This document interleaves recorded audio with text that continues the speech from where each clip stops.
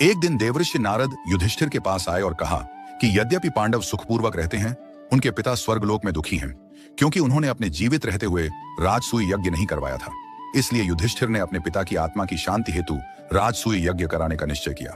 नारद जी ने सुझाव दिया कि यज्ञ के लिए भगवान शिव के परम भक्त ऋषि पुरुष मृगा को आमंत्रित किया जाए। इन ऋषि का शरीर आधे पुरुष जैसा व नीचे से मृग हिरण जैसा था। युधिष्ठिर ने भीम को कहा कि वह इन ऋषि को खोजकर यज्ञ में बुलाए। भीम जंगल में खोजने निकल पड़े। खोजते खोजते उन्हें हनुमान जी मिले। भीम ने उन्हें एक बंदर समझकर उनकी पूंछ हटाने के लिए कहा। जब भीम उनकी पूंछ नहीं हिला पाए, तब उन्हें एहसास हुआ कि वह साधारण बंदर नहीं बल्कि हनुमान जी हैं।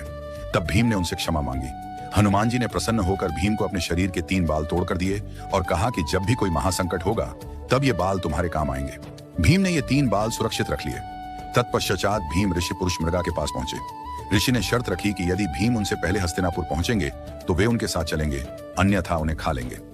भीम ने यह शर्त स्वीकार कर ली और दोनों दौड़ने लगे। भीम ने देखा कि ऋषि पुरुष मृगा बहुत पास आ चुके हैं, जैसे पकड़ ही लेंगे। तब भीम को हनुमान जी द्वारा दिए बालों की याद आई। उन्होंने दौड़ते भागते पहला बाल फेंका। वह बाल जमीन पर गिरते ही लाखों शिवलिंगों में बदल गया। ऋषि पुरुष मृगा शिवलिंगों को प्रणाम करते हुए रुक गए, जिससे भीम थोड़ा आगे निकल गए। फिर जब ऋषि फिर पकड़ने लगे तो भीम ने दूसरा बाल फेंका। वह भी कई शिवलिंगों में परिवर्तित हो गया, जिससे भीम को और समय मिल गया। तीसरी बार भी ऐसा किया। तीसरा बाल भी गिरा और वह भी शिवलिंगों में परिवर्तित हो गया। अंततः जब भीम हस्तिनापुर के द्वार के बहुत करीब थे, तभी ऋषि पुरुष मृगा ने उन्हें पकड़ लिया। भीम ने छलांग लगाई, जिससे उनका पूरा शरीर भीतर पहुंच गया, लेकिन पैर द्वार के बाहर रह गए। इस पर पुरुष मृगा ने उन्हें पकड़ते हुए खाना चाहा। तभी युधिष्ठिर और श्री कृष्ण वहां पहुंच गए। युधिष्ठिर से पुरुष मृगा ने कहा कि शर्त अनुसार इसका पैर द्वार के बाहर ही था, अतः यह पहुंच नहीं पाया। ऐसे में मैं इसे खाऊंगा।